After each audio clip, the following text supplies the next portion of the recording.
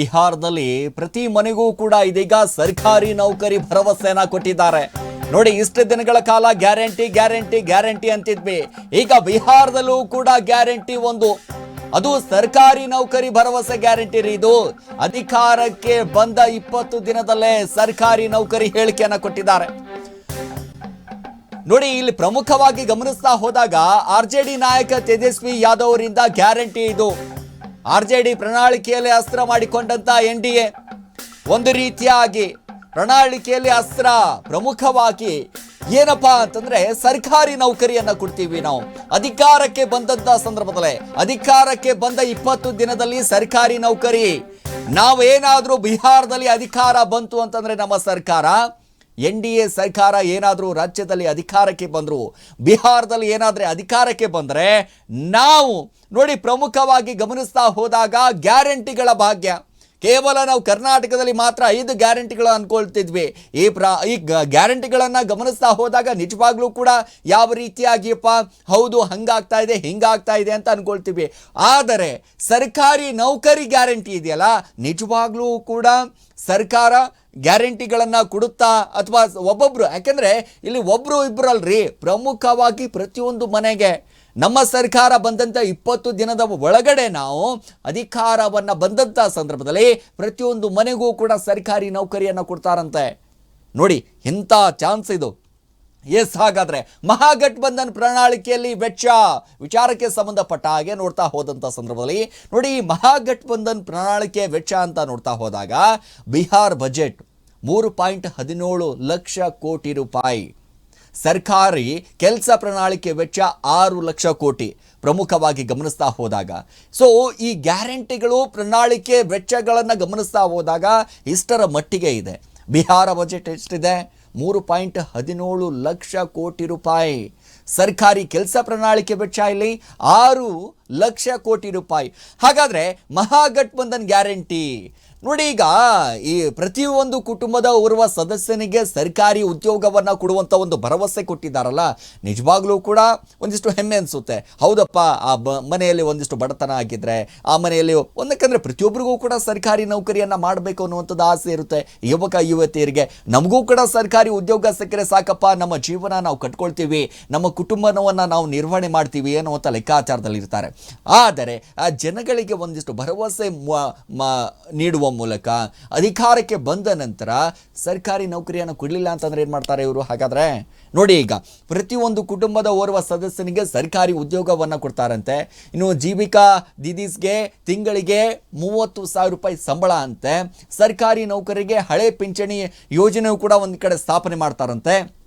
ಅದರ ಜೊತೆಗೆ ಪ್ರತಿ ವ್ಯಕ್ತಿಗೂ ಕೂಡ 25 ಲಕ್ಷ ರೂಪಾಯಿ ಉಚಿತ ಆರೋಗ್ಯ ವಿಮೆ ಕೂಡ ಕೊಡ್ತಾರೆ.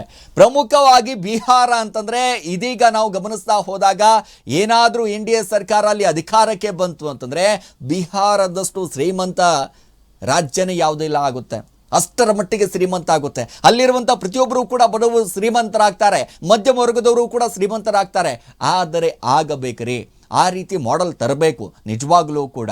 ನಾವು ಇಲ್ಲಿ ಬಿಹಾರದಲ್ಲಿ ಪ್ರತಿ ಕುಟುಂಬಕ್ಕೆ 200 ಯೂನಿಟ್ ವಿದ್ಯುತ್ ಕೊಡೋ ಮೂಲಕ ಮಾಯಾ ಬಹಿಮ್ ಅಡಿ ಮಹಿಳೆಯರಿಗೆ ಪ್ರತಿ ತಿಂಗಳಿಗೆ 25 ಅಂದರೆ ಸರಿಸುಮಾರು 2,500. ಇನ್ನು 3 ಹಂತದ ಪಂಚಾಯತಿ ಪ್ರತಿನಿಧಿಗಳಿಗೆ ಪಿಂಚಣಿ ಸೌಲಭ್ಯ.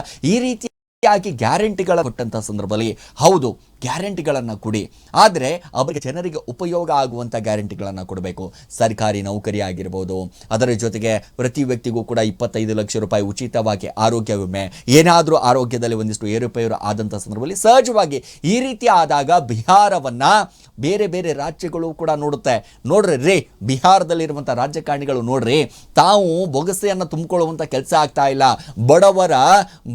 ಬಡವರು ಬಲ್ಲಿದರು, ಈ ದೌರ್ಜನ್ಯಕ್ಕೆ ತುತ್ತಾದವರು, ಇನ್ನು ಯಾರ್ಯಾರು ಇದಾರಲ್ಲ ಅವರೆಲ್ಲರೂ ಕೂಡ ಶ್ರೀಮಂತರಾಗುವಂಥ ಭಾಗ್ಯ ಬಂದೋಗ್ಬಿಟ್ಟಿದೆ. ಈಗ ಎನ್ಡಿಎ ಸರ್ಕಾರ ಬಂತು ಅಂತಂದ್ರೆ, ಎನ್ಡಿಎ ಸರ್ಕಾರ ಅಧಿಕಾರಕ್ಕೆ ಬಂತು ಅಂತಂದ್ರೆ 20 ದಿನಗಳ ಒಳಗೆ ಪ್ರತಿಯೊಬ್ಬ ಮನೆಯಲ್ಲಿ ಇರುವಂತಹ ಸದಸ್ಯನಿಗೆ ಸರ್ಕಾರಿ ನೌಕರಿಯನ್ನು ನಾವು ನೀಡ್ತೀವಿ ಅಂತ ಭರವಸೆಯನ್ನು ಕೊಟ್ಟಿದ್ದಾರೆ. ಸೊ ಈಗ ಎನ್ಡಿಎ ಪ್ರಮುಖವಾಗಿ ಗಮನಿಸ್ತಾ ಹೋದಾಗ ಗ್ಯಾರಂಟಿ ಇದೆಯಲ್ಲ, ನಿಜವಾಗ್ಲೂ ಕೂಡ ಬಹಳಷ್ಟು ಈ ಬಿಹಾರದಲ್ಲಿ 5 ವರ್ಷದಲ್ಲಿ 1 ಕೋಟಿ ಸರ್ಕಾರಿ ಉದ್ಯೋಗವನ್ನು ಸೃಷ್ಟಿ ಮಾಡ್ತೀವಿ ಅಂತ ಹೇಳಿದ್ರು. ಕಿಸಾನ್ ಸನ್ಮಾನ್ ವಾರ್ಷಿಕದಲ್ಲಿ 6,000ರಿಂದ ಒಂದು ಕಡೆ 9,000ಕ್ಕೆ ಏರಿಕೆ ಆಗುತ್ತೆ. ರೈತರಿಗೆ ಒಂದಿಷ್ಟು ನಿಜವಾಗ್ಲೂ ಕೂಡ ತುಂಬ ಖುಷಿ ಸಂಭ್ರಮ. ಸೊ SC ಹಾಗೂ ST ವಿದ್ಯಾರ್ಥಿಗಳಿಗೆ ಮಾಸಿಕವಾಗಿ 2,000 ರೂಪಾಯಿ ಹಣವನ್ನು ನೀಡಲಾಗುತ್ತೆ. ಆಟೋ ಟ್ಯಾಕ್ಸಿ ಚಾಲಕರನ್ನು ಹಾಗೆ ಈ ಕಾಮಗಾರಿ ಕೆಲಸ ಮಾಡುವಂಥವರಿಗೆ ಪ್ರತಿಯೊಬ್ಬರಿಗೂ ಕೂಡ 4 ಲಕ್ಷ ರೂಪಾಯಿ ಒಂದಿಷ್ಟು ವಿಮೆ ಸಿಗುತ್ತೆ. ಇನ್ನು ಬಿಹಾರದಲ್ಲಿರುವಂಥ ಪ್ರತಿ ಕುಟುಂಬಕ್ಕೆ 125 ಯೂನಿಟ್ ಉಚಿತವಾಗಿ ವಿದ್ಯುತ್ತನ್ನು ಸಿಗುತ್ತೆ. ರೋಜ್ಗಾರ್ ಯೋಜನೆಯಡಿಯಲ್ಲಿ ಮಹಿಳೆಯರಿಗೆ ಒಂದು ಕಡೆ ಸರಿಸುಮಾರು 10,000 ರೂಪಾಯಿ ಒಂದು ಕಡೆ ದೊರೆಯುತ್ತೆ. ಇನ್ನು 4 ನಗರಗಳಲ್ಲಿ ಮೆಟ್ರೋ ರೈಲನ್ನು ಹಾಗೆ ವಿಮಾನ ನಿಲ್ದಾಣವು ಕೂಡ ಒಂದಿಷ್ಟು ನಿರ್ಮಾಣ ಮಾಡೋದಕ್ಕೆ ನಾವು ರೆಡಿಯಾಗಿದ್ದೀವಿ ಅಂತ. ಇದು NDA ಸರ್ಕಾರದ ಗ್ಯಾರಂಟಿ.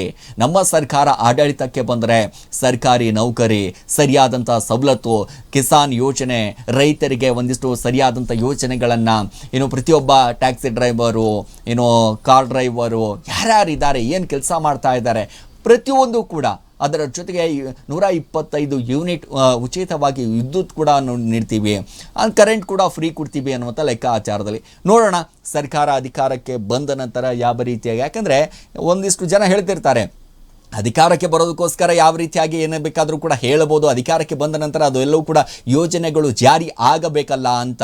ಸೊ ಈಗಾಗಲೇ ಪ್ರಸ್ತುತವಾಗಿ ನಮ್ಮ ಕರ್ನಾಟಕ ಸರ್ಕಾರದ ಪರಿಸ್ಥಿತಿ ಹಿಂಗಾಗೋಗ್ಬಿಟ್ಟಿದೆ ಅಂತ ನೋಡ್ತಾ ಇದ್ದೀವಿ. ಸರಿಯಾದಂಥ ಎಲ್ಲ ಕಡೆ ರಸ್ತೆಗಳಿಲ್ಲ, ಸರಿಯಾದಂಥ ಅಭಿವೃದ್ಧಿಗಳು ಆಗ್ತಾ ಇಲ್ಲ ಅಂತ ಒಂದಿಷ್ಟು ಆರೋಪಗಳು ಕೇಳಿ ಬರ್ತಾ ಇದೆ. ಇಲ್ಲೂ ಕೂಡ ಗ್ಯಾರಂಟಿಗಳು ಯಾವ ರೀತಿಯಾಗಿದ್ದಾವೆ, ಇನ್ನು ಬಿಹಾರದಲ್ಲಿ ಅಧಿಕಾರಕ್ಕೆ ಬಂದಂಥ ಸಂದರ್ಭದಲ್ಲಿ ಯಾವ ರೀತಿಯಾದಂಥ ಗ್ಯಾರಂಟಿಗಳು ಯೋಜನೆಗಳು ಒಂದಿಷ್ಟು ಜಾರಿಯಾಗುತ್ತೆ ಅಂತ ಕಾದು ನೋಡಬೇಕಾಗಿದೆ.